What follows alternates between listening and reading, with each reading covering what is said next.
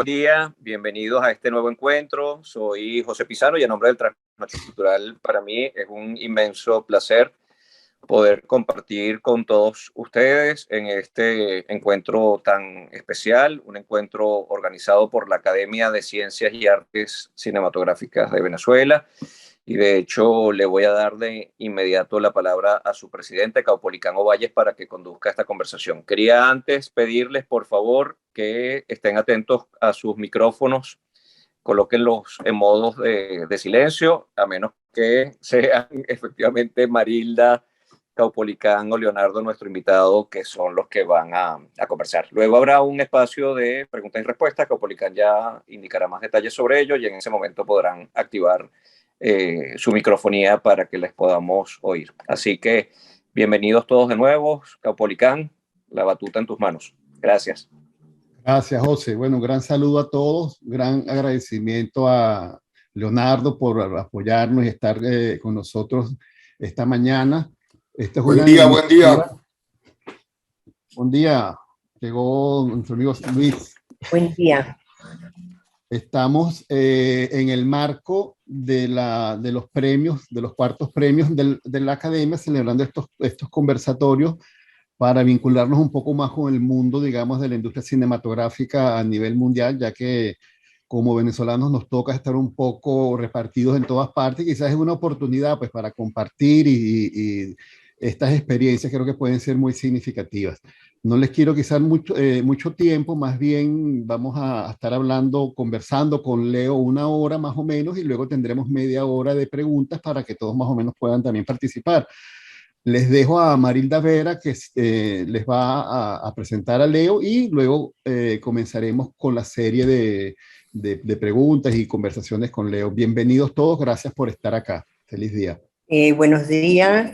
En nombre de la Academia, bueno, quiero hacer una breve presentación de nuestro gran amigo Leonardo Arangibel, venezolano, gran venezolano, bueno, vicepresidente de producción de The Walt Disney Company Latinoamérica, lidera operaciones de producción y estrategia, ha sido productor ejecutivo de series como Monzón, El César, El secreto de Selena, Amas de casa desesperadas, A corazón abierto, The Amazing Race, y otras para mercados como Brasil, Argentina, Colombia, España, México, el mercado hispano de Estados Unidos, Holanda, Noruega, Ucrania, Turquía, entre otros. En el año 2016 desarrolló el argumento original y fue productor ejecutivo de la aclamada serie Hasta que te conocí, la vida de Juan Gabriel, récord de audiencia en toda América. Egresado de la Escuela de Comunicación Social de la Universidad Central de Venezuela, con estudios de cine y televisión en la London International Film School en Inglaterra, así como de la maestría en Ciencias Políticas de la Universidad Simón Bolívar. Fue profesor del Departamento de Cine de la Escuela de Arte de la UCB. Fue vicepresidente de producción original de HBO Latinoamérica y Cinemax. Ha sido director de telenovelas y otros programas dramáticos para canales como Telemundo, NBC en Estados Unidos y Radio Caracas Televisión en Venezuela. Ha sido jurado de los premios Emmy International en las ediciones de los años 2003, 2009 y del 2014 al 2020. Al día de hoy es miembro de la institución que otorga dichos premios, la International Academy of Television Art and Science, como integrante del Comité de Nominaciones de la Academia.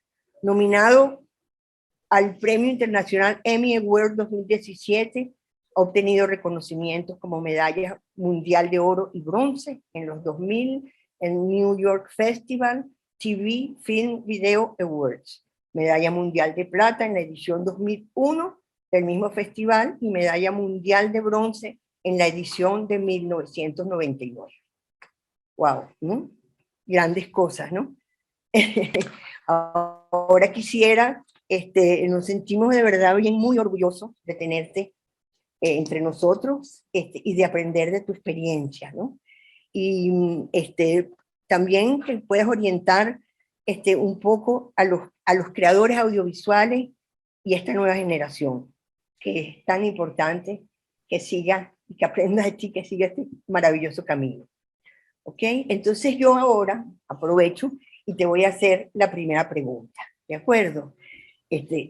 Bueno, Leonardo, productor, director, guionista y showrunner. ¿Cómo se desenvuelve Leonardo Arangibel en todas estas facetas? ¿Cómo maneja un proyecto desde la idea hasta la pantalla? Primero, por supuesto, quisiera dar los buenos días y agradecer infinitamente la invitación de la Academia, de Caupolicán y Marilda, con quienes he hablado varias veces en estos días a propósito de esto, y además de participar en un ciclo del cual, bueno, tuve la oportunidad de ver la semana pasada la conversación deliciosa y memorable de mis queridísimos y muy admirados Luis Elkovic, que está presente aquí, Alberto Barrera Tisca y Leonardo Padrón. De verdad fue una conversación maravillosa y formar parte de ese ciclo es un honor para mí. También quiero decir, por otra parte, que estar en la Academia de Cine o hablar frente a integrantes de la Academia de Cine de Venezuela y algunas otras personas, que no sé si lo serán o no, es como una especie de círculo, porque de cierre de círculo, porque yo inicié, mis sueños iniciales fueron trabajar siempre en cine. La vida me trastocó ese sueño y me llevó por otro camino, donde, bueno, terminé haciendo carreras, pero como creo que todos los que estamos aquí, el sueño inicial era hacer películas, y eso fue lo que estudié, y esos fueron mis primeros trabajos. Y entonces, claro, veo aquí a profesionales extraordinarios del área del cine, a quienes respeto y sigo admirando y seguiré admirando muchísimo, y gente incluso que empezó, veo por ahí un nombre que ya hablaremos de eso, que empezó trabajando conmigo en uno de sus primeros trabajos cuando estábamos en HBO, y es hoy día es una gran productora de cine en Venezuela. Ya creo que lo dije todo, pero igual por respeto a todos, no nombro a nadie. Y de verdad me conmueve mucho estar aquí, porque era como que el camino que me hizo crecer y que me hizo soñar en mi vida, ¿no? Con respecto a tu pregunta, perdón por la introducción tan larga, digamos que esos son como unos roles que forman parte, creo yo, de la evolución de todo profesional de esta industria, que va cruzando caminos. Hay pocos áreas del conocimiento humano y del desarrollo y de los trabajos en la vida y de las áreas profesionales que sea tan cooperativo, tan colectivo como es nuestro trabajo. Eso es un gran privilegio que tenemos, ¿no? El cine y la televisión y todos los productos audiovisuales comportan una relación entre todos los que trabajan, que sí, hay un director porque alguien tiene que estar teniendo la visión de todo, y cada quien tiene un área específica, pero está tan conectado con todos los demás, que bueno, uno a veces es productor. Yo me inicié más como director en el mundo de la televisión, y lo fui durante varios años antes de derivar en ese camino más de la producción. Y además, en algunos que otros casos me ha correspondido también otro de esos sueños ocultos que todos tenemos, que es el de escribir, y he tenido la posibilidad de hacerlo, y de que algún proyecto mío o de ideas que yo he tenido originalmente terminen siendo desarrolladas por profesionales del guión o de la escritura.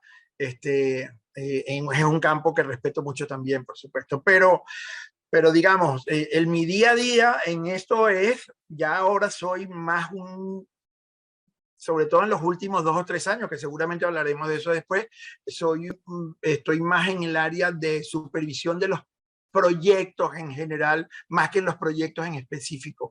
Es algo que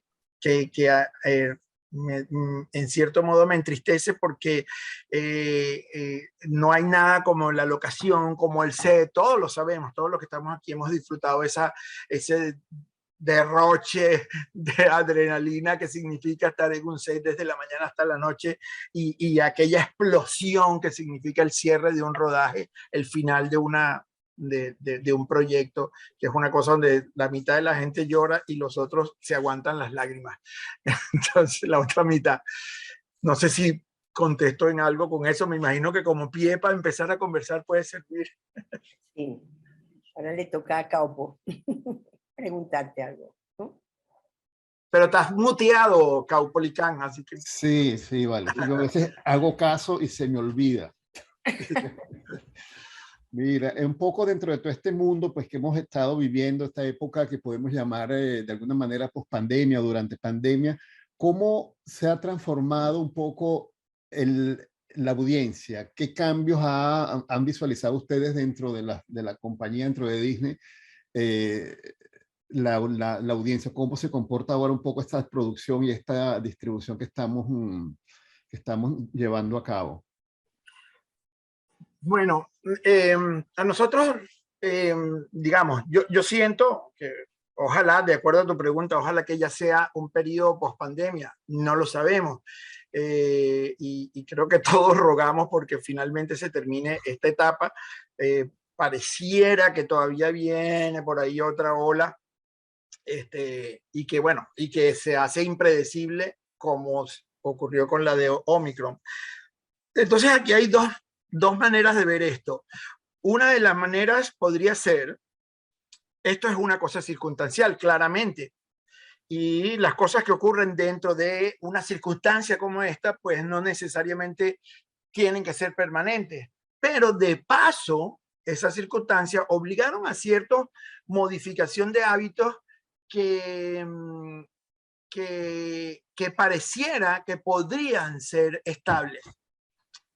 Una de las cosas, obviamente, es la gente se volcó a los streaming services en el mundo entero.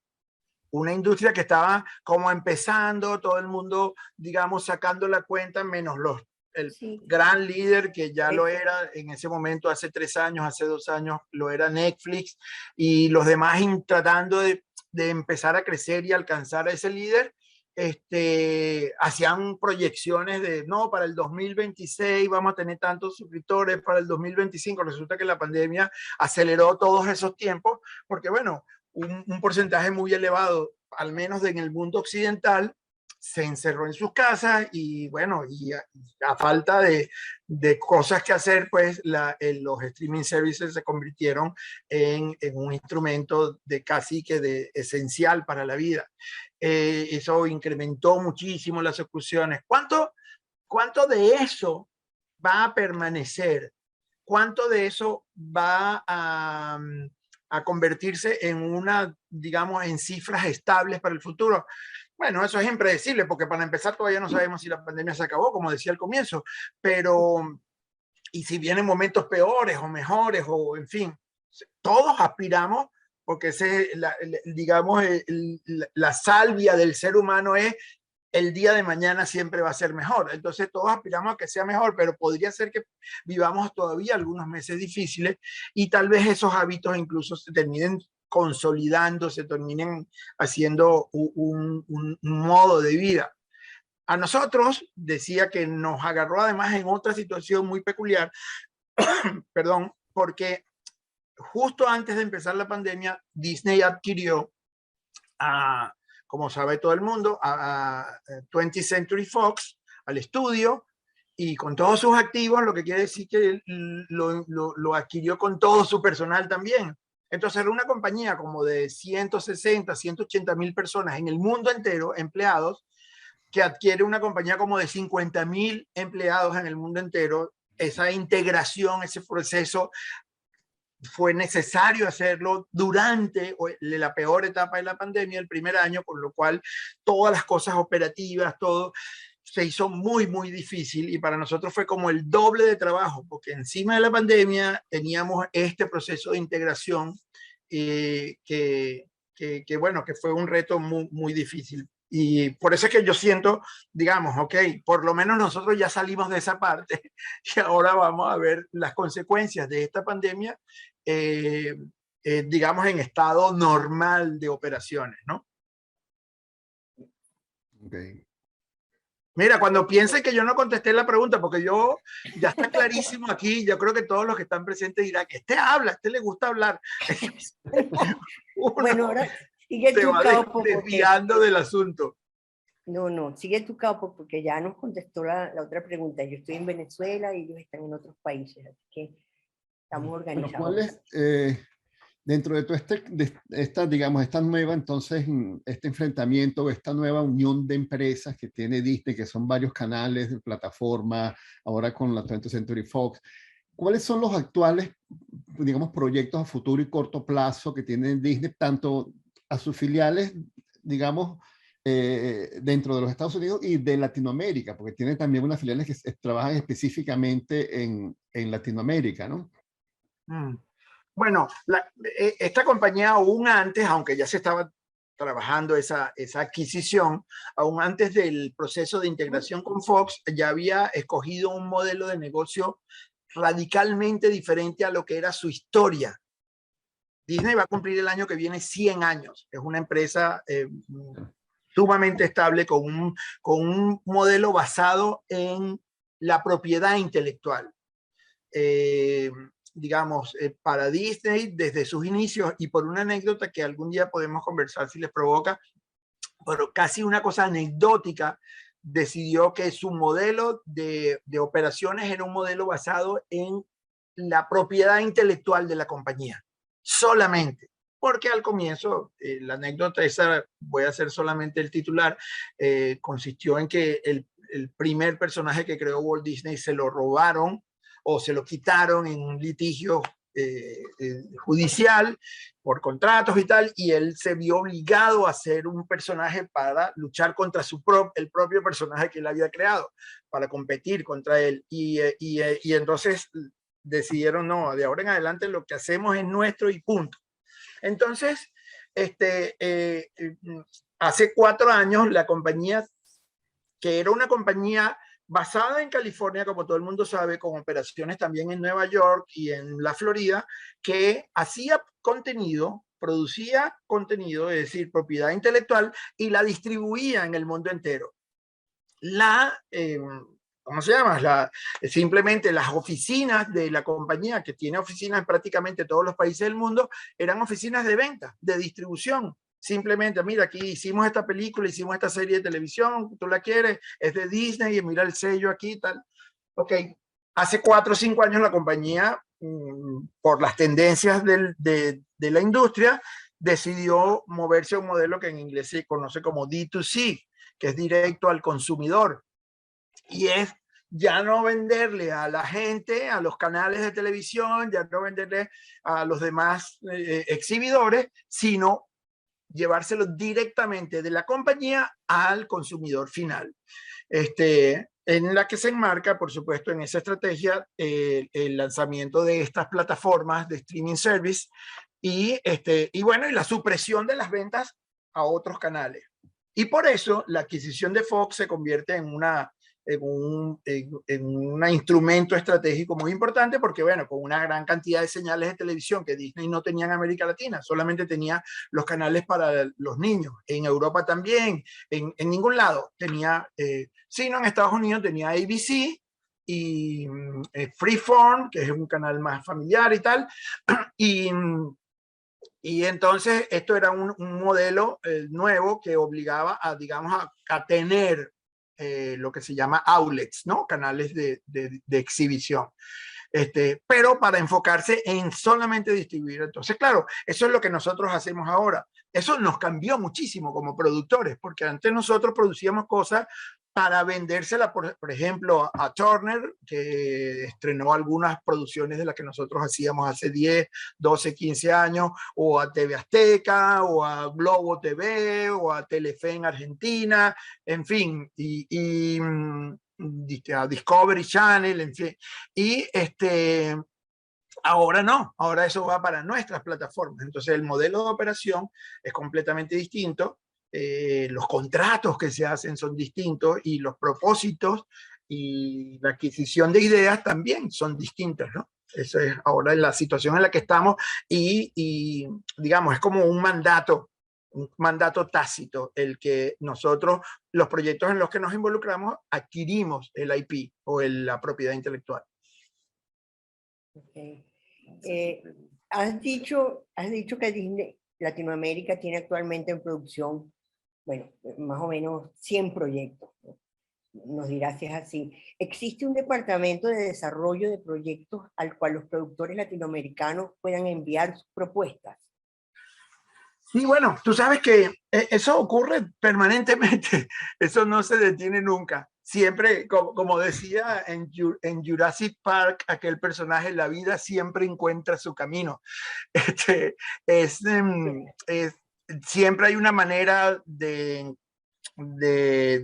encaminar ideas. Existe lo que se llama, lo que se conoce en la industria como los mercados de televisión. Los más grandes son MIPCOM, que es en Francia en octubre, todos los años, NATPI, que es en Miami en enero, desde hace algunos años, antes era siempre en Las Vegas, cité MIP TV, cité MIP Cancún, que es en noviembre, hay un montón, Ventana Sur, que es en Argentina, también creo que es en enero por ahí. O sea, ahí en esos encuentros van los productores y sobre todo la gente joven que tiene proyectos, que tiene ideas y establece reuniones con los ejecutivos de las compañías. Y ahí, bueno, uno conversa durante, son los días que más trabaja uno en el año. Las reuniones duran 15 minutos para los que no han estado en alguna, 15, 20 minutos y tiene 3, 4 reuniones por hora al día. Y ya cuando son las 2 de la tarde del primer día ya ni te acuerdas casi de lo que hablaste a las 9 de la mañana, porque claro, siempre son ideas distintas. Es maravilloso, yo lo disfruto mucho.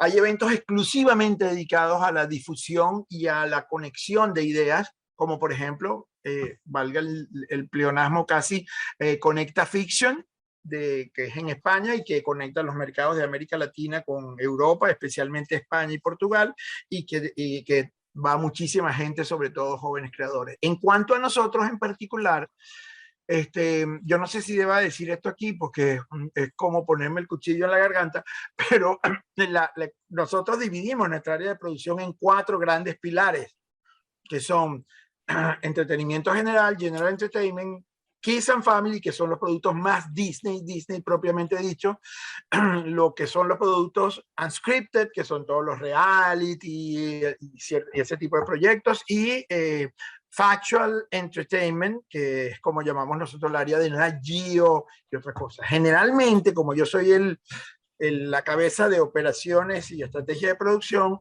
yo tengo las reuniones con la gente primero y soy como una especie de primer filtro. Veo los proyectos y digo, bueno, este proyecto es más podría funcionar para Factual Entertainment o podría funcionar para General Entertainment. Entonces, dependiendo hay muchísimos factores, por supuesto. Hay a veces ideas que tienen premisas similares a proyectos en los que ya estamos involucrados, o hay ideas que simplemente no nos interesan por razones, digamos, generales de la intencionalidad de la compañía en el mercado, o dependiendo también incluso hasta del territorio. La importancia de cada uno de los mercados tiene una gran relevancia en la decisión de cuáles son los proyectos que encaramos o no. Y entonces, bueno, se lo asignamos a un proyecto y ahí yo monto una reunión con ese pilar, como llamamos, de producción. Y bueno, y ahí sigue su camino si lo va a seguir, ¿no? Pero básicamente la industria tiene esos mecanismos para que las ideas lleguen a los estudios.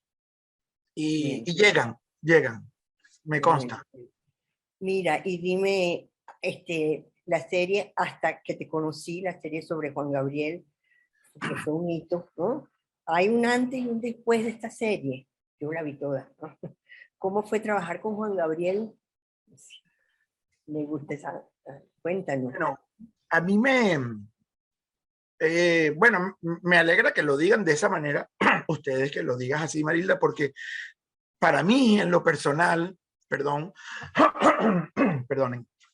en lo personal y en lo profesional a la vez, sí es un antes y un después, definitivamente. Es uno de esos momentos en que uno, lo he dicho yo en otras ocasiones, esas cosas que tú sabes que si te pasa una sola vez en la vida. Que no es una de esas cosas con la que convivimos en la profesión, oye, que esto fue... No, no, no, no. Hay una cosa siempre, hay un punto para todos, para los pianistas, así como para los carpinteros, así como para los arquitectos, así como para los cineastas, como para la gente de televisión. Hay un momento en la vida tuya que si lo sabes identificar es una gran fortuna. Hay un momento en que tú sabes que te está pasando algo muy especial que no te va a volver a ocurrir y que si te vuelve a ocurrir deberías estar jugando la lotería porque la suerte que tienes es única. Lo que ocurrió con esa historia de Juan Gabriel y que creo que a la vez te contesto las dos cosas, las dos partes de la pregunta, espero poder contestarla, es primero nosotros tuvimos casi 8 años tratando de conectar con él. De llegar a él, porque él era un tipo muy reservado, muy privado, no quería, bueno, todo el mundo lo sabe, sufrió muchísimo acoso durante los años 70 y 80 por su condición y por sus preferencias sexuales en un país, bueno, que todos sabemos, digamos, una cultura como es nuestra región y muy especialmente México, muy afianzado el machismo.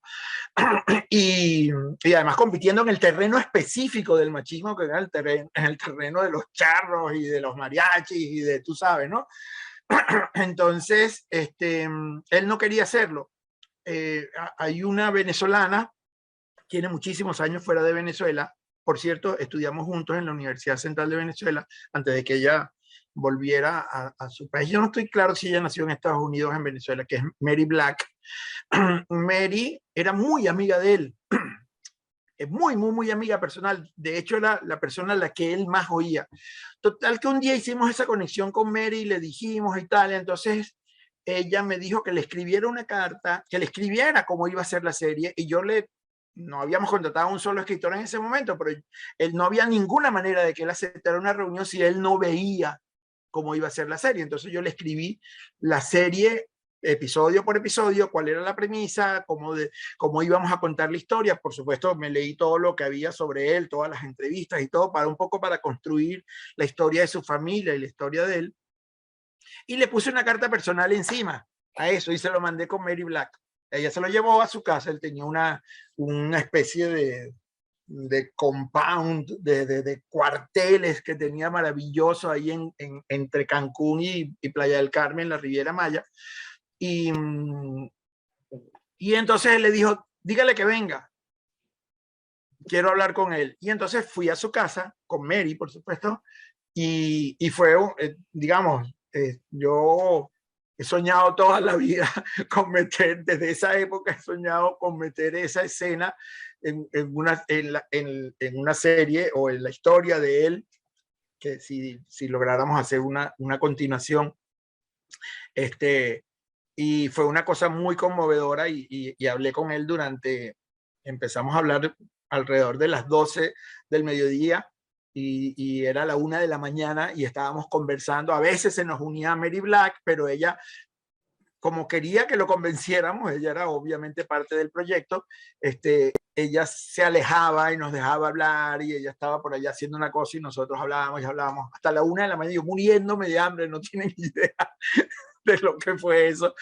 Pero bueno, fue una cosa muy especial. Pero cuando yo digo que es un antes y un después para mí en lo personal y lo profesional y que es un momento muy especial, es porque la reacción de la gente fue una cosa que yo en la carrera que he tenido nunca he visto. La gente empezó a escribir cosas, gente que no conocía a Juan Gabriel y gente que lo conocía muy bien.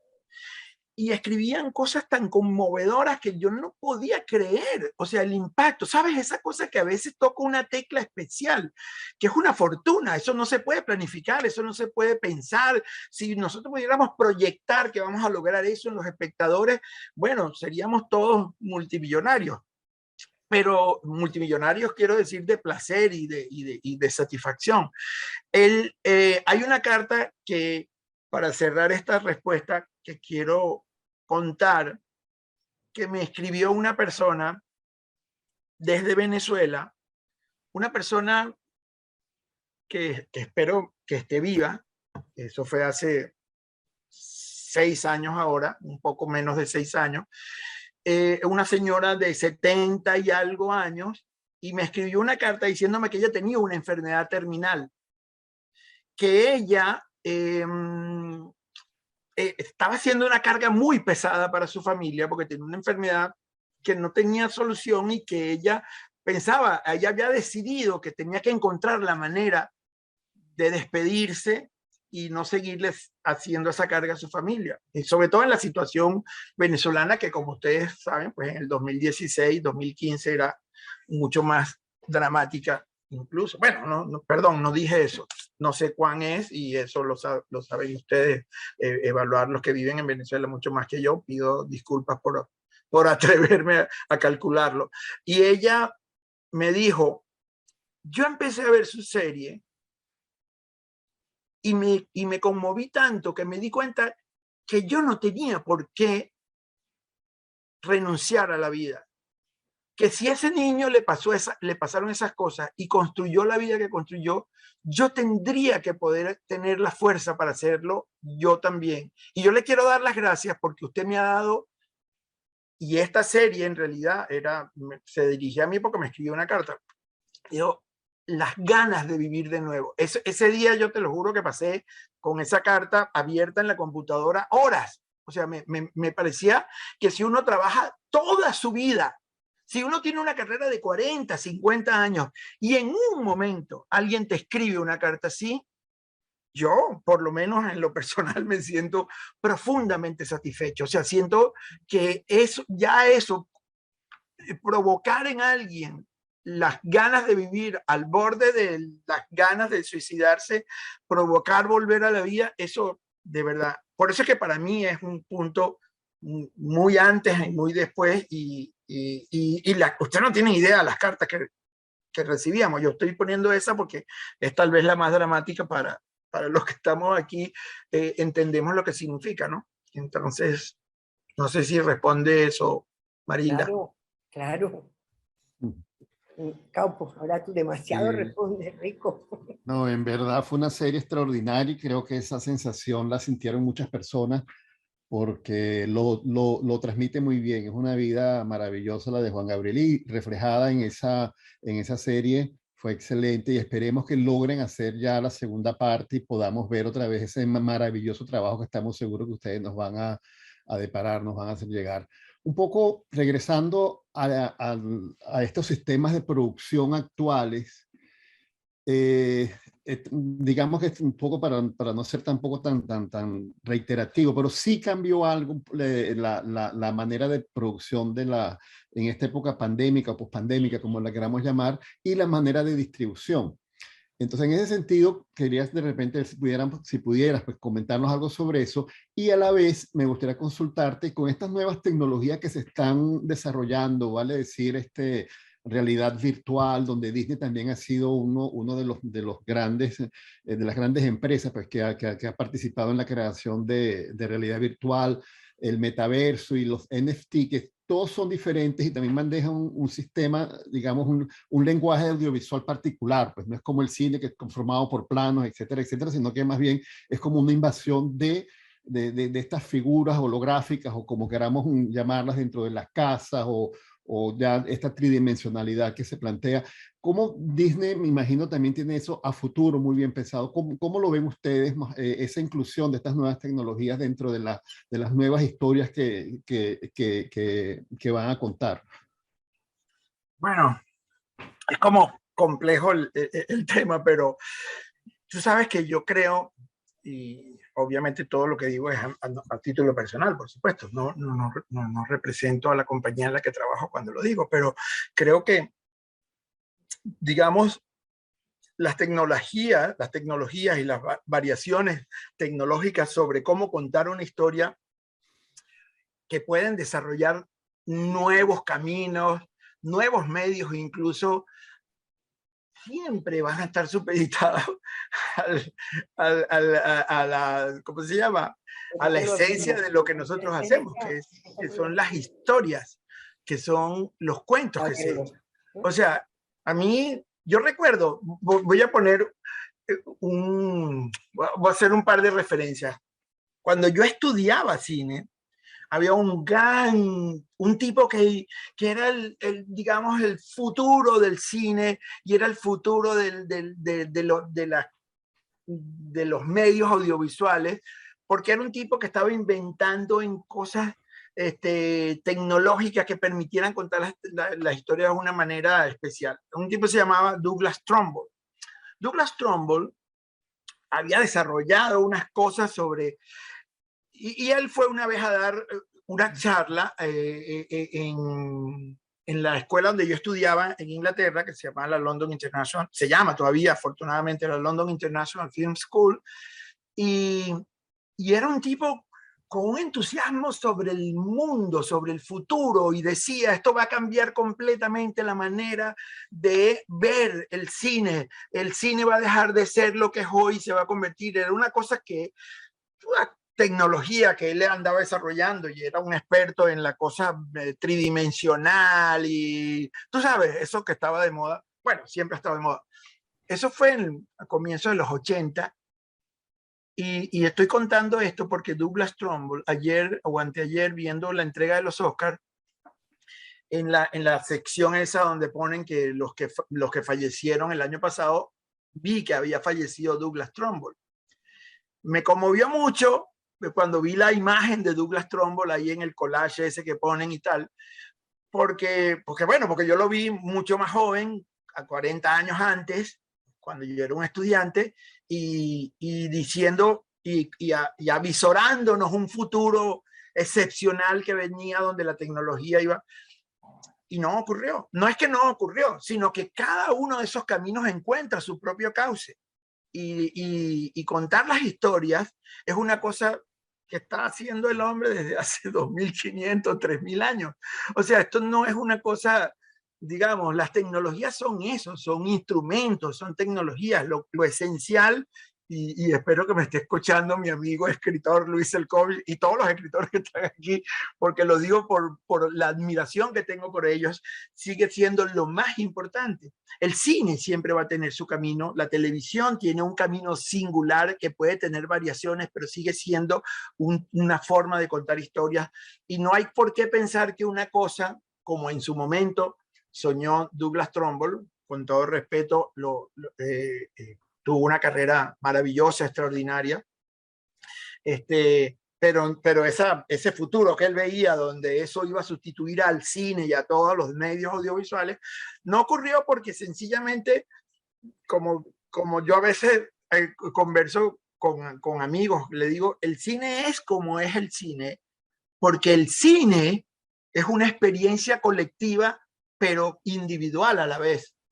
Lo que inventaron los hermanos Lumière fue la sala de cine, y entonces esa cosa, ellos pueden haber participado en esa cosa internacional de inventar la imagen en movimiento, todo eso lo hicieron varias personas a la vez, pero ellos inventaron esa experiencia colectiva metafísica, es una cosa especial donde la gente siente que está... Wow. Y vas a eso y pagas por ir a una sala negra cuando podrías verlo en unas pantallas gigantescas en tu casa, pero no es lo mismo, nunca va a ser lo mismo. Entonces, pretender que una cosa va a sustituir a la otra y va a acabar con la otra, no, eso va a encontrar su camino. Yo creo que ahí habrá el camino para esas tecnologías nuevas, esas, que los que mencionabas tú, Paul, en tu pregunta, pero creo que siempre va a seguir existiendo, lo esencial va a ser contar historias. Y como cuando la gente habla de los géneros, que la gente empieza, no, es que hay drama, thriller, de comedia, que no sé qué cosa, ok, hay todo eso que tú quieras, pero la historia de contar cosas a la gente que tiene 3000 años, se reduce a que se acuerdan aquellas dos mascaritas que siempre ponen, la del drama y la comedia. De ahí para abajo, todos los hijos, nietos, sobrinos y todo lo que tú quieras, pero es drama y es comedia. Y se va a seguir contando y vamos a seguir contando cosas y a la gente le va a seguir gustando. Lo que ha pasado estos 2 años es una cosa excepcional. La gente se vio forzada a ver las cosas desde su casa. Las películas las estrenaban en las pantallas de televisión porque nadie las podía ir a ver al cine. Yo acabo de ver esta semana pasada, una película estaba full el cine, y como esa cosa deliciosa que hay aquí en Estados Unidos, por lo menos en la Florida, donde la gente en los estrenos aplaude escenas, aplaude momentos y tal. Es una cosa como casi que una fiesta, y es muy divertido, y al final cuando termina la película todo el mundo aplaude, bueno, si les gustó, por supuesto, ¿no? Entonces, yo creo que eso, cada medio tiene su espacio, lo va a seguir teniendo. Es como pretender que porque surge el cuento corto desaparece la novela, o porque la novela surge desaparece la poesía. No, no, no. Es la maravillosa capacidad narrativa del ser humano que se expresa de distintas maneras. Eso no, nada va a hacer desaparecer a lo otro. Y lo digo cerrando, con todo respeto por la memoria de Douglas Trumbull, que pensaba que eso podía ser, que una tecnología iba a cambiar formas narrativas. No la cambió. O sea, ahí están, existen, pero no. Y yo uno una cosa con la otra, lo de contar historia, porque no te vas a salvar de esta, de hablar de tu cortometraje La peste del insomnio. ¿Cómo nació, no? Y es un comienzo de una faceta de tu carrera, es el comienzo de otra faceta, digamos, ¿verdad? ¿Quieres continuar filmando? Yo sé que con el trabajo y el puesto que tienes ahorita y la responsabilidad, pero eso debe estar allí en tu corazón, ¿no? Cortos, largos. Ajá. Y La peste, que ha sido galardonada con cantidades, qué experiencia también, ¿no? Maravillosa. Sí. Ahí va. Maravillosa experiencia, y me vas a hacer llorar casi porque, claro, yo quería ser cineasta, no lo soy, y por eso es que me siento muy humildemente delante de cineastas que están aquí, de gente además a la que algunos de ellos los conozco por suerte y admiro enormemente, y son gente que han dedicado su vida a construir ese lenguaje. A mí no me tocó, no pude, porque por lo que sea, eso es una historia personal que a mí me duele mucho. Yo me metí en esta industria porque quería hacer cine, porque crecí con dos grandes padres putativos, Iván Feo y Antonio Gerandi, que eran mucho más que mis padrinos, mis guías, mis mentores. Eran mi familia, lo son todavía, lo son. Me enorgullece decir que tengo esa relación todavía con Iván y con Antonio, y que son dos de las mejores figuras de la historia de nuestra cinematografía. Aprovecho para decirlo. Y eso era lo que yo quería hacer, pero la vida me llevó por otro camino porque, digamos, había que comer, había que trabajar en algo o sea, no tenía, me empezó a interesar la televisión, me metí en la televisión y pasaron todos esos años y seguí haciendo cosas. Y ustedes saben, voy a decir una cosa que creo que nunca he dicho en público, que hay algunas personas aquí que tal vez lo sepan.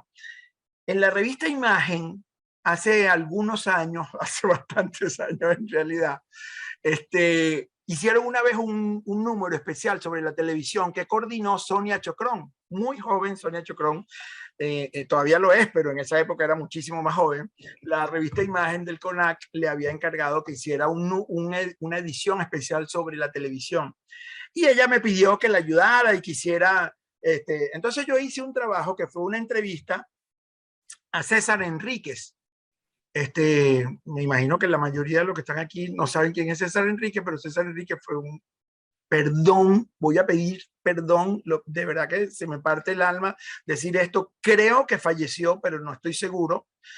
Si César Enríquez debe haber fallecido, porque o sea, ya era bastante mayor en los años 80, 90, pero si no, de verdad me avergüenza no saberlo, porque yo tengo ya mucho tiempo hay nombres que no. Pero César Enríquez había hecho, bueno, una película maravillosa en los años 50 que fue considerada una pieza del neorrealismo y que, bueno, y él empezó la televisión en Venezuela y entonces él empezó a trabajar en la televisión y se quedó trabajando en la televisión. Cuando intentó volver a hacer cine, 10 años después, ya el cine era muy distinto al que él había dejado atrás. Y a pesar de que esa era su gran ilusión, su sueño, su vida, pues se dedicó y siguió haciendo telenovelas y cosas, trabajando en televisión por muchos años hasta que yo lo conocí y le hice esa entrevista para hablar de ese comienzo y de lo que hacía. Y me conmovió mucho que él me dijo en esa entrevista que se publicó en la revista Imagen del INCIBA, como dije ya, y me dijo, cuando quise volver ya no pude. Y me di cuenta que ya era otro mundo, que ya yo no sabía cómo hacer las cosas que se hacían en cine. Y yo siento que eso en parte es lo que al final me pasó a mí. O sea, me compenetré con el mundo de la televisión. Yo tengo colegas que han hecho televisión y que han hecho cine también. Y los respeto muchísimo, pero bueno, no sé, me metí más en la cosa del periodismo, me puse a estudiar periodismo, me gradué, entonces trabajé en el Nacional, trabajé en revistas, en no sé qué cosa. O sea, hice como una carrera que iba por muchas cosas, con lo cual el cine se iba quedando cada vez más atrás. Cuando llegó esta pandemia, bueno, esos primeros meses me entró la desesperación que nos entró a todos, que de repente de tener una vida muy activa en la calle y viajando y en sets y en locaciones y no sé qué cosa, encerrado en tu casa, cualquiera se vuelve loco. Y en eso, ustedes recuerdan, en esos primeros meses de la pandemia, todo el mundo hacía cosas, había gente que cantaba canciones y todos los que hemos vivido de contar historias teníamos como ese impulso de contar, de conectarnos con algo. Yo, volviendo loca a mi familia, además, dando vueltas como un hámster dentro de la casa, terminé con este proyecto y fue una experiencia maravillosa porque empezó como una cosa para hacer un mensajito, mandarlo. Dije, voy a buscar textos para inspirarme, no sé qué, cuando de repente me encontré con ese texto de García Márquez en 100 años de soledad, en un momento en el que habla de la pandemia esa que les ocurre ahí a Macondo al comienzo. Me conmovió muchísimo lo exacto que era esa historia con lo que estábamos viviendo, la conexión tan tremenda que había. Y entonces, bueno, empecé a hablar con amigos y entonces empezaron a incorporarse personas y yo dije, ya esto no es un mensaje de ¿cómo se llama? De redes sociales, esto no es, o sea, esto no es para ponerlo en Twitter, esto ya es otra cosa. Y empezó a aparecer Alicia Braga, Ricardo Darín, Leonardo Esbaraglia, mis amigos amados y queridos, Iván Feo, Javier Vidal, Yuli Restifo, Mariale Martín, o sea, y gente de todos lados, y además, cuando no los conseguía yo porque eran mis amigos, me llegaban unos mensajes, oye, que estás haciendo un proyecto, que no sé qué, no, me gustaría participar y tal. Y luego me di cuenta de que bueno, que como sabemos, pues estas cosas, tú no puedes hacer una cosa como esa sin tener, o sea, tenía que conseguir los derechos para utilizar ese material de García Márquez. Entonces, bueno, ya yo conocí a Rodrigo, a su hijo, Rodrigo García, que es uno de los directores más importantes de la televisión. Me atrevo a decir que uno de los directores más importantes de la historia de la televisión, con varios de los éxitos históricos como Los Sopranos, como Six Under, Carnival. O sea, es un tipo de verdad muy, muy respetado y además es un cineasta bastante, bastante reconocido. Hablé con él, le eché el cuento. Fue muy cómico porque esto se los quiero contar aquí como una anécdota. Él me dijo, mira, esta conversación nunca ocurrió. Tú no puedes decir que estás hablando conmigo porque esos derechos los tiene la editorial. Y si yo digo que estoy hablando contigo, tengo que detenerte y tienes que hablar con la editorial y tal. Y yo, bueno, pero es que yo quería hablar contigo para que tú me dijeras más o menos.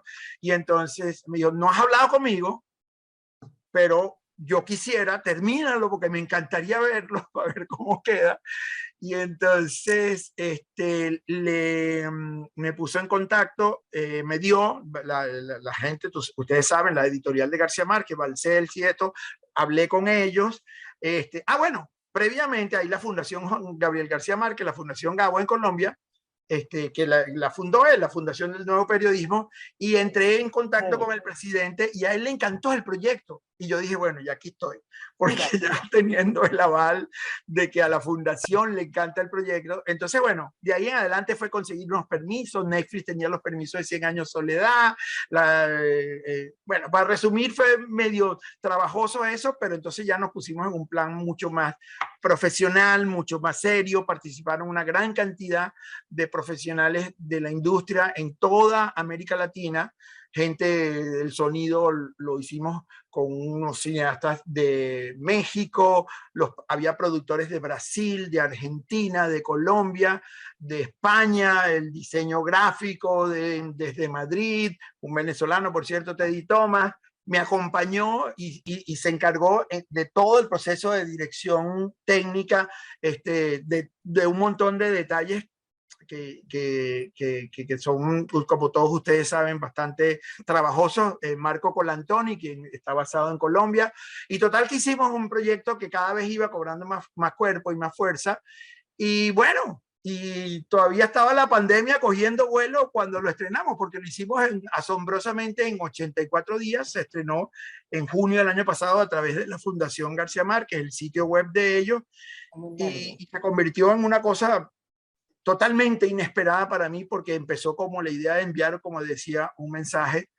por, no sé, por Twitter, por lo que sea, a la gente, esperanzador y tal, y terminó siendo una cosa con la que hice una conferencia en la Universidad de Göttingen delante de más de 400 estudiantes en Alemania, fue traducido al chino, o sea, al mandarín, perdón, al alemán, al inglés, al francés, al portugués. Se ha ganado más de 20 premios en festivales internacionales, el Festival Internacional de Tokio, en Cannes, o sea, en un montón de lugares que a nosotros de verdad fue abrumador la respuesta, y entendemos que lo que hicimos fue, como estábamos hablando antes de eso de Juan Gabriel, tocar una teclita especial que convocó, y además, bueno, el verbo inmortal de García Márquez, que es una cosa, por eso es que los verbos son inmortales, porque en este caso es una cosa que la vamos a oír dentro de 100 años, si Dios quiere no haya otra pandemia, pero si la hubiera, y todavía va a tener relevancia, porque son esas cosas que son los textos inmortales, ¿no? No sé si me volví muy loco. ¿Y cuáles temas, ya que estás hablando de esto, cuáles temas crees tú que son actualmente más interesantes en los medios, para los medios?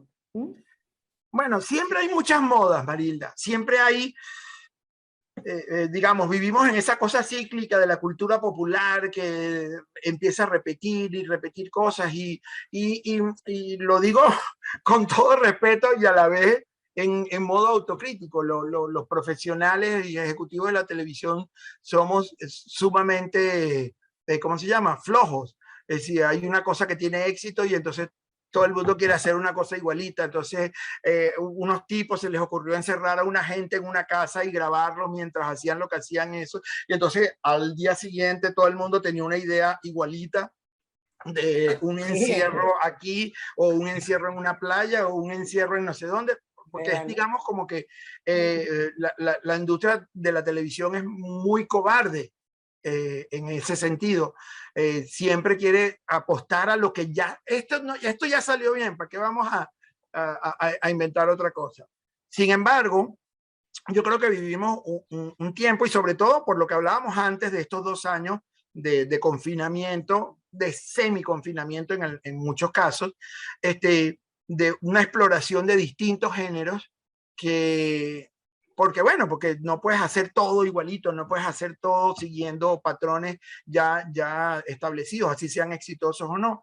Y ha habido, o sea, cuando tú le preguntas a alguien ¿cuántos géneros y subgéneros hay de televisión entre ficción y no ficción? Bueno, hay decenas, aunque como decíamos antes, todo al final se reduce a drama y comedia, incluyendo los que no son guionados, como dicen, los que son unscripted. Hay muchísimas opciones que los creadores pueden enfrentar, y yo creo que todas son válidas. O sea, yo creo que no hay ninguna, no puedes tener la predisposición de decir solamente queremos hacer esto, solamente queremos hacer reality. Habrá quien lo dice, pero yo no creo que sea el camino correcto. El camino correcto es siempre la idea buena, no importa el género, siempre va a ser una idea buena. Y, por ejemplo, en el caso nuestro, que tenemos esas dos plataformas, Star Plus y Disney Plus, pues es un espacio abierto para prácticamente cualquier género, siempre y cuando sea atractivo, sea interesante, como todo, como en la literatura, como en la prensa, como en el teatro, como en lo que tú quieras. Todo es, mientras le interese a la gente, mientras tenga calidad y sea una historia que conmueve, va a tener camino. Sí. Bueno, le voy a pasar la última pregunta a Caupo, o Caupolicán, y después Caupo va a hacer las preguntas, o va a responder, ¿verdad?, las preguntas que han entrado y le doy las gracias a mi amiga Solveig, que me prestó la computadora porque no tenía internet, y bueno, estoy aquí de todas maneras, intervengo si es necesario. Y bueno, ahí vamos ahora con la última pregunta y después las preguntas de nuestro maravilloso público. Gracias. Oh, gracias, Marilda. Los invitamos a todos que escriban sus preguntas por el chat para entonces pasárselas a Leo. Y bueno, tenían, ¿verdad?, una consulta, Leo. En este momento, por lo que veo, la figura del escritor también ha tomado una relevancia muy importante, que en ciertas cinematografías quizás la llevan otros profesionales, como pueden ser productores, directores, etcétera, ¿no? Eso también desde hace como unos 20 años se han creado una cantidad de libros sobre el guión que no existían antes. Entonces, te consulto, esta figura del escritor, ¿tú sientes que se ha reforzado en los últimos años? ¿Crees que se le da el valor que verdaderamente merece? Bueno, yo creo que ahí hay una cosa, me atrevo a decir, territorial. Es decir, en algunos países se respeta mucho más al escritor, es decir, la figura del escritor tiene un rango mayor con respecto a la historia. Y en algunos es más como una pieza del engranaje, o quisiéramos tal vez los otros componentes de ese engranaje que fuera apenas una pieza, pero hay lugares donde el escritor es rey. Y en la televisión, digamos, esa figura que es como medio confusa para alguna gente, de lo que llaman showrunner, que viene de una etapa de la televisión abierta en Estados Unidos, donde, digamos, como casi todos los que están aquí, los que trabajan aquí, seguramente Luis el COVID lo puede decir con mucho más detalle, lo han vivido. Es decir, en la televisión de Estados Unidos hubo un momento donde el escritor pasó a ser la persona que comandaba el show completamente.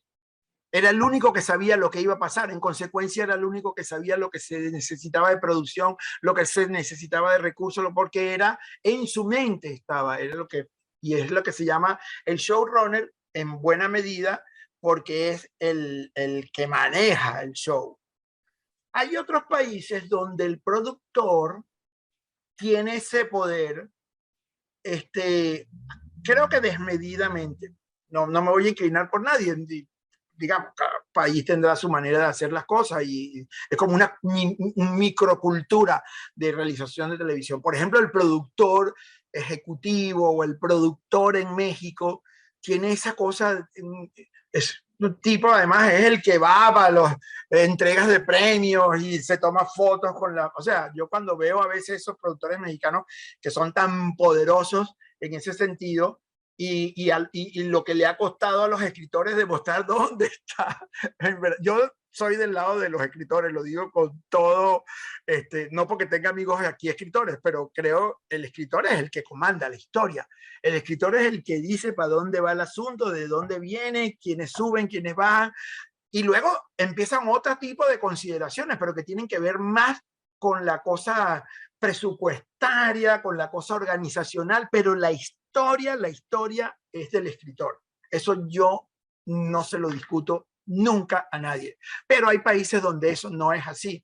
Y la televisión es un trabajo como mucho más colectivo, porque es una cosa como industrial, porque tienes que producir una cantidad de horas, porque no es lo mismo que una película, que tú le puedes dedicar tu vida a hacer una película, o 7 años, 8 años, porque tienes la obra maestra que tienes dándote vuelta en la cabeza, y sin embargo, allí es el director, es el que reina en ese ¿no? Pero en la televisión, la necesidad de ir emitiendo episodios y saliendo por partes de las series obliga a que alguien tiene que tener el hilo tomado de la punta, por la punta, y es el escritor. Eso yo no lo tengo, digamos, no tengo ninguna duda sobre eso. Y pienso que en parte esa es la razón por la cual, digamos, ese debate interno dentro de los productores y de la gente de la televisión se termina siendo, digamos, estéril, porque yo recuerdo, voy a poner un ejemplo de una telenovela en la que a mí me correspondió dirigir, era director de estudio aquí en Miami. Permítame que les cuente esta anécdota rapidito. El escritor era un querido amigo, escritor venezolano, Kiko Olivieri, Humberto Olivieri. Y entonces, como sucede en la televisión, todos lo sabemos, las telenovelas que están casi al día y se escribe un episodio el lunes, se graba el martes y sale el viernes prácticamente al aire, incluso antes, es una cosa como una máquina comedora de gente. Entonces, hay actores que empiezan a, tú sabes, a inventar diálogos, a ponerle su sello personal, y entonces Kiko un día llega el libreto del día y tenía una portada, una página agregada en la portada que decía: advertencia, el que no respete los diálogos y las escenas tal cual están escritas, quiero decirles que hay un personaje, no me acuerdo cómo que se llamaba el personaje de esa novela, que era un tipo que era un malandro horrible, que no sé qué, y el tipo dije, el que no respete puede recibir una visita del Cobra, creo que se llamaba el tipo, Cobra. Bueno, efectivamente, hubo un actor mexicano, no voy a decir el nombre, pero era un tipo muy que se la pasaba discutiendo todo el tiempo, esos personajes que son deliciosos dentro de un proyecto, ¿no? Y él dijo que no, que eso era una falta de respeto, que estaba insultando la labor del actor y no sé qué. Al día siguiente llega un episodio donde Cobra secuestraba a este tipo, al personaje de el Cobra secuestra al tipo en el episodio 76 y por ahí en el episodio 130 habían pasado meses. El hombre estaba secuestrado, nadie sabía en qué cueva ni nada, y entonces ese hombre iba todos los días al estudio: por favor, tú puedes hablar con el escritor, es que no me contesta el teléfono, y yo, para que, por favor, que yo quiero volver a la novela. El tipo tenía 2 meses fuera del aire, y entonces nuestro querido amigo lo perdonó a medias, porque no es que lo perdonó del todo, y este hombre vuelve como un indigente, un pordiosero tirado debajo de un puente, todo sucio, con una ropa, con una barba por aquí que era irreconocible y tal. Y entonces aquel hombre pasa casi que el resto de la novela arrastrándose, pidiendo perdón todo el tiempo. Lo que hacía era pedir, cada vez que salía una escena, estaba como loco, y cada vez que salía una escena, perdón, pido perdón por lo que he hecho, pido perdón por lo... Así tuvo como 7 episodios, hasta que, bueno, lo bañaron, le quitaron la barba y recuperó hasta el final, más o menos, llegó al final de la... Entonces, ese poder del escritor en la televisión es una cosa que cuando te pones a ver es indispensable. Alguien tiene que tener el hilo, alguien tiene que tener la ruta, porque si no, todo el mundo se vuelve loco, y todos los actores y los directores, y todas las novelas tienen 3, 4 directores, 2 de exteriores, uno aquí, en la noche está otro, porque te pidió permiso, no sé qué, y nadie lleva, solamente el escritor lo tiene. Yo soy un defensor del escritor, porque si no, nos volvemos locos todos. Y claro, entonces, algunos territorios, algunos países refuerzan eso, otros menos, pero en mi opinión, la televisión, el cine, digamos, es otra discusión, yo lo sé, pero la televisión, por la forma de producción, es un terreno donde si tú no tienes una cabeza, y lo digo de nuevo aquí con todo orgullo, como la de Luis Selkovic, en La máquina de escribir, que me consta porque lo conozco muy bien, es un amigo que quiero mucho, como ya se han dado cuenta, que se para a las 4 de la mañana y a las 7 de la mañana ya tiene un capítulo diagramado y no sé qué, y ya cuando se toma el café ya sabe lo que le va a pasar a la novela o a la historia que esté contando, porque hace de todo, películas, todas las cosas. Entonces, bueno, esa es mi opinión sobre ese punto, ¿no? Perdón, me extiendo mucho, ¿verdad, Marilda? Muy bien, muy bien. Excelente, No. excelente. Bueno, sí, damos paso a las preguntas y que las personas pueden anotarlas en el chat, porque hay una pregunta de Marinés Calderón que dice: hola, saludos a todos. Leo, según los españoles, la tendencia de los contenidos está más entre los feel good, terror y suspenso. Disney está abordando películas animadas con contenidos filosóficos. ¿Cuál es la tendencia de Disney en las series? Bueno, hola, Marinés, ¿cómo estás? Es un placer saludarte. Nosotros trabajamos juntos hace años. Y digo con... Hola, Leo, le botes esa cédula tan duro. Bueno, qué bueno que hay tanta gente querida aquí en este grupo. Quería decir que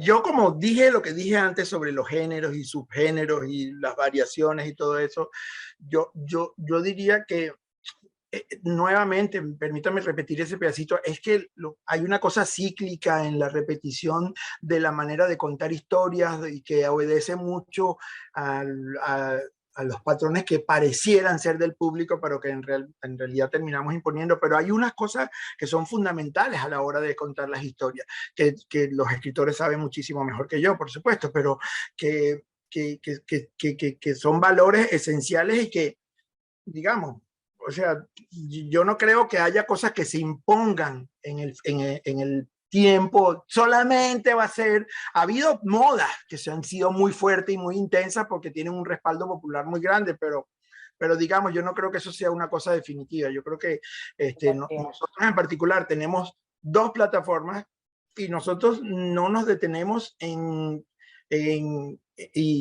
digamos, en un género en particular. No, vamos a hacer solo nada más, o vamos a hacer solo comedia. Bueno, la verdad, hay gente que hay compañías que tienen un canal de comedia, el Comedy Central. Ahí, por supuesto, y tú no vas a poner un drama griego, no vas a poner la película esa de ¿cómo se llama?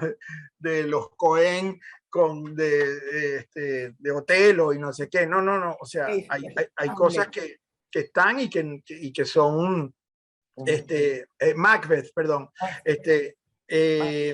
No. Fíjate que vieron que dije Otelo porque es protagonista.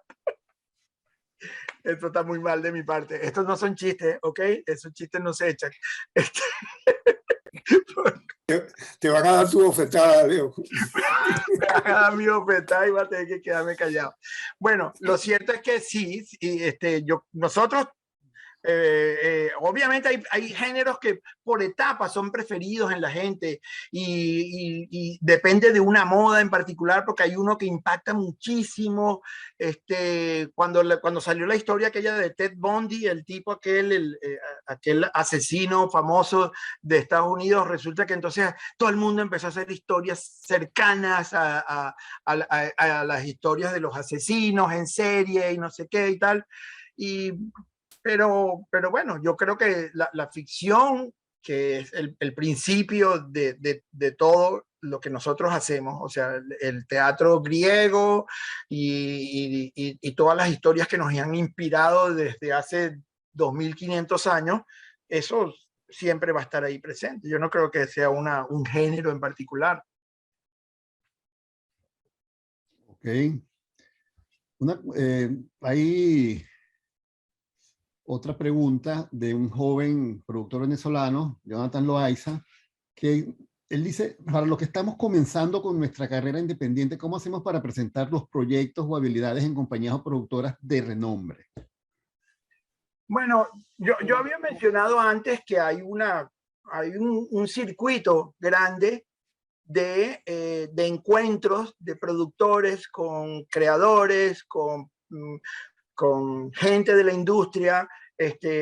Hay un circuito muy grande, hay algunos más pequeños, otros más grandes, y ahí hay como un espacio para solicitar entrevistas. Bueno, yo por lo menos cuando voy a cualquiera de esos encuentros, sea donde sea, siempre abro mi agenda.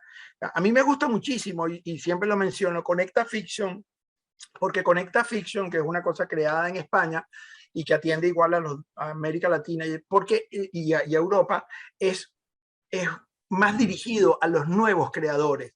Entonces van muchos jóvenes creadores que se inscriben, van al encuentro llevan sus ideas, piden, digamos, yo no voy para allá a pasear, o sea, yo tengo que ir y por lo menos tener reuniones con los jóvenes creadores que los pidan, se hacen mesas redondas, la gente tiene la oportunidad, aunque sean 15 minutos, y yo creo que eso es sano, porque si no la gente se acostumbra a hablar demasiado y la cosa se empantana, pero 15 minutos de reuniones con cada uno, y ahí en todos lados. O sea, por ejemplo, claro, en Venezuela no hoy día, no, bueno, no lo sé, pero no hay esos encuentros internacionales como los hay, qué sé yo, en México, en Argentina, en Colombia tal vez más, y en Chile y en otros territorios, y hay algunos que son, que rotan.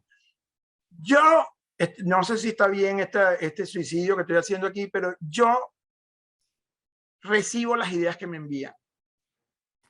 Las recibimos, las revisamos si hay alguna cosa ahí y yo me reúno con la gente, así sea 20 minutos. Hago todo lo posible por reunirme. Yo tengo una agenda de trabajo bastante complicada por mis responsabilidades, pero siempre dejo espacio para conversar con la gente. Y aunque sea para decirles que esta idea no la veo, que esta idea ya vi una similar en Francia o en España, o que esta idea le falta más trabajo, aunque sea para eso, yo atiendo. Ustedes no tienen idea de la cantidad de reuniones que yo tengo con gente. Sé que me estoy poniendo el cuchillo en la garganta, pero tengo siempre y semanalmente, y lo hago con todo gusto. Y de verdad es un momento en el que me siento, o sea, porque yo recuerdo cuando yo estaba en ese punto. O sea, tan simple como eso, porque yo estuve ahí. Estuve tratando de venderle ideas a gente y sabía que había tipos que tenían alguna, digamos, influencia en la toma de decisiones o que tomaban algunas decisiones, y me hubiera encantado que me recibieran, por lo menos que me oyeran. Y ustedes no tienen idea de la cantidad de amigos que yo tengo en América Latina, que son gente con la que me reuní una vez y que el proyecto no llegó, pero seguimos siendo amigos, nos escribimos, y sé lo que están haciendo, y es una lista que va creciendo, porque como por mi trabajo me toca ir a todos esos mercados, siempre dejo un espacio grande, 2, 3 días, o por lo menos 3 mañanas dedicadas solamente a reuniones con jóvenes creadores o con creadores que no tienen espacio en los medios, y es porque eso alimenta muchísimo, a mí me alimenta mucho. y tienes como siempre, como que si tuvieras metido el termómetro todo el tiempo viendo la temperatura, ¿entiendes? Bien, ¿alguna otra pregunta? Por acá preguntan sobre lo ocurrido en la gala del Oscar, entonces comenta. Solis pregunta, ¿no crees que habría sido mejor desviar las cámaras, el sonido para que el público no viese el bochornoso evento de Will Smith o por el contrario fue una estrategia para ganar rating y posicionamiento en las redes sociales? No. Bueno, primero, puedo garantizar que no fue ninguna estrategia, de verdad lo digo, porque los Oscars es una producción que maneja The Walt Disney Company. La producción de la transmisión. Los Oscars lo hace la academia y hace todo el proceso internamente. Puedo decir que eso no es ninguna cosa ni montada, como alguna gente ha sugerido, lamentablemente, porque es un episodio bochornosísimo. No sé si vale el superlativo en esa expresión, pero de verdad es una de las cosas que más me ha avergonzado a mí en tiempo. O sea, eso es una cosa inaceptable. Eso no tiene medida. Eso, la única explicación que puede tener es que el mundo vive un estadio permanente de confrontación y de resolver todo a los golpes, a las bombas, a las invasiones, o sea, es la única explicación que encuentro para una cosa tan bochornosa y tan inaceptable como esa. Eso está... Y hoy ayer en la tarde escribió Will Smith, o sea, además lamento tanto que un tipo que siempre decíamos que era como la versión afroamericana de Tom Hanks, un tipo querido, un tipo que hacía proyectos o que ha hecho proyectos siempre, que tiene como un aura especial para la gente, que haya hecho una cosa tan vergonzosamente inaceptable, eso no puedes. Lo que hizo Chris Rock, que también es inaceptable porque es esa grosería de pensar que mientras más corres la raya del atrevimiento, más éxito vas a tener y entonces terminas haciendo cosas que no piensas, porque yo estoy seguro que si él hubiera sabido que la esposa de Will Smith, eso es una enfermedad y que ella sufre de esa enfermedad, si se hubiera paseado por eso, nunca lo hubiera dicho. Él lo dijo como que, y porque se supone que ahí tienes que ser lo más atrevido posible. Pero lo otro es una cosa vergonzosa, inaceptable. No sé qué más decirte sobre eso. De verdad, yo todavía no salgo de mi asombro y de la vergüenza ajena que da eso, ¿no? De acuerdo contigo, Leo. Última pregunta, ya más vinculada a nuestra parte venezolana. Venezuela fue muy importante pues, en su tiempo como un país productor de televisión y fue génesis también de grandes experiencias de la cual tú formaste parte con HBO, etcétera. Las grandes telenovelas de Venezuela le dieron la vuelta al mundo. ¿Cómo ves tú tú crees que puede existir un renacimiento de la televisión venezolana o todos los integrantes pues, de este mundo de la televisión venezolana tendrán algún espacio o ya lo tienen en otras áreas, en otros sitios? Bueno, esa es una pregunta que no hay manera de responderla sin un pequeño dolor en el corazón, porque ciertamente nosotros tuvimos una influencia extraordinaria en los años 80 y en los 90 y bueno, era obvio las consecuencias de eso, entre otras cosas. Yo agradezco el trabajo que tengo a eso, a que hay una generación de ejecutivos, de directores, de escritores, varios de los cuales estamos en esta llamada, que tuvimos una oportunidad de crecer internacionalmente porque la televisión venezolana tenía digamos, una imagen de creatividad, de respetabilidad, éramos líderes, no los líderes punta, quiero decir, pero estábamos en el liderazgo de la televisión latinoamericana y teníamos una relevancia internacional que poca gente incluso conoce aún en Europa y hasta en Asia se veían contenidos nuestros. Yo siempre menciono porque lo hago con mucha admiración a un querido amigo, Marco Santana, que desde muy joven empezó en el mundo de la distribución y de comprar y adquirir contenidos, y empezó a llevar contenidos nuestros a Europa y a Asia, y se hizo casi que un peregrino con un maletincito y convirtió de eso un imperio extraordinario, su compañía, que luego terminó siendo adquirida por Telemundo NBC. Y ha sido presidente de Telemundo Estudios por un montón de tiempo, hasta ahora creo. Y nosotros tuvimos un papel muy relevante como país, como industria nacional, un papel muy relevante internacionalmente.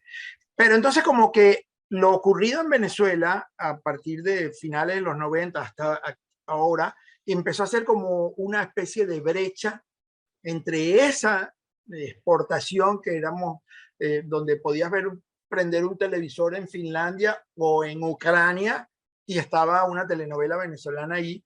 Eso se ha ido reduciendo enormemente. Y por supuesto, como son todas las industrias del mundo, el papel que los profesionales venezolanos y la relevancia que teníamos en los años 90 y que empezó a dar paso a otras nacionalidades que empezaron a ocupar esos espacios, no solamente el de los programas, sino también el de los profesionales internacionalmente.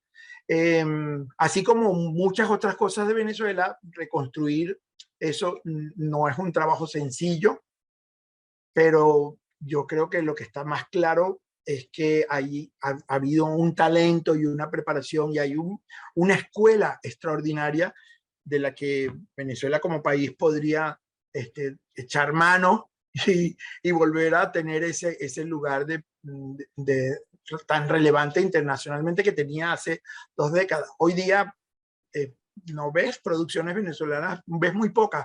Por suerte, lo digo también como en reconocimiento que en el sector del cine y lo reconocimiento a ustedes, ese trabajo ha sido incansable, han seguido, a pesar de la falta de recursos, me imagino, y de las dificultades de todo tipo, han terminado manteniendo una productividad y han además incrementado el sello nacional. A mí eso, yo, cuando vi esta película ¿cómo es que es la que se llama? La del sur de, mire que estoy avergonzado de que la memoria me está traicionando por la vergüenza ahorita. La del sur del lago de Maracaibo, ¿cómo se llama, por favor? Érase una vez Venezuela. Érase una vez Venezuela. Érase una vez Venezuela. Yo la vi en un cine aquí, la gente se paró a aplaudir, de verdad, yo estallé en llantos en el momento en el que sale esa gente a celebrar. No podía parar de llorar, ni mi esposa ni yo. Nuestros hijos estaban conmovidos porque fue como una explosión. Y ese día yo sentí que había como que estábamos encontrando que más que nunca estábamos diciendo las cosas que sentíamos como venezolanos. Después de muchísimos años y de muchos esfuerzos y de muchas películas que a veces no logramos ver, pero la pongo como ejemplo porque, bueno, además porque veo que creo que es por ahí hace rato que, sí, ahí está Claudia Lepage, la productora, que de verdad fue una cosa muy conmovedora, muy, muy conmovedora, y me di cuenta de que contar nuestras historias, contar las cosas que nos pasan, sigue siendo, como era desde los griegos, es la clave de la conexión con los públicos del mundo entero.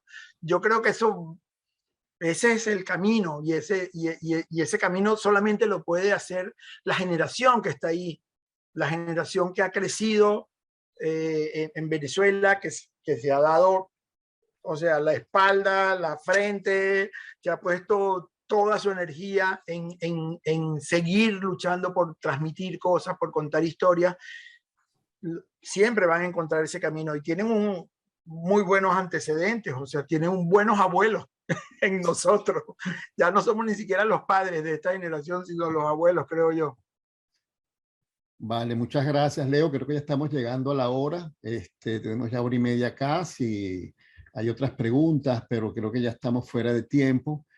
Bueno, te lo agradecemos mucho, en verdad, tu participación, a todos los presentes. Marilda, ¿quieres cerrar también, por favor? Bueno, agradezco enormemente, además todo lo que nos has enseñado, podríamos hablar cuántos, miles de horas contigo y no acabar nunca.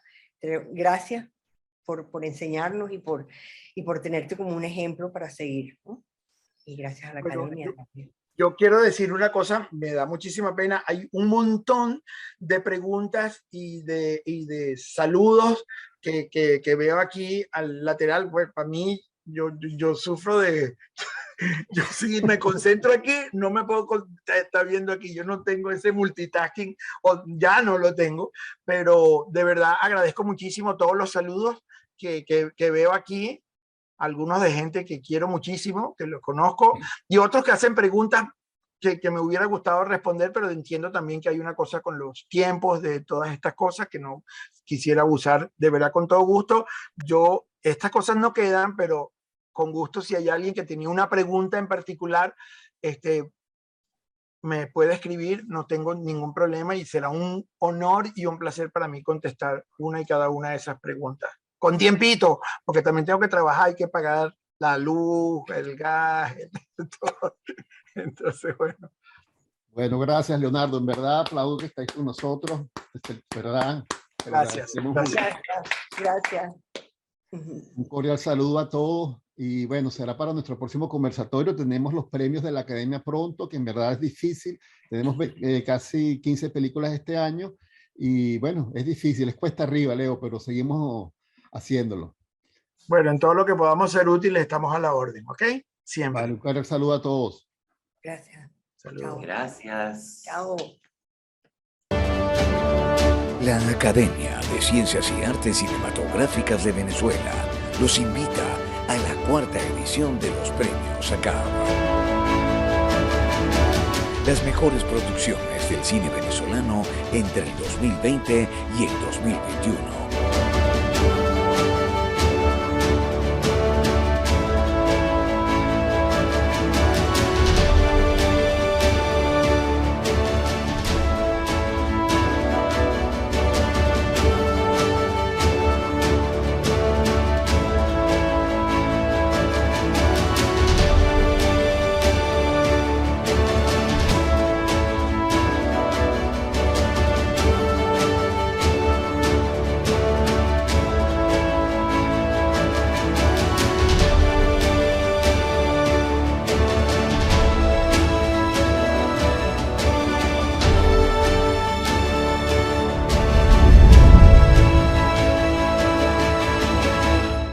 Pronto, muy pronto.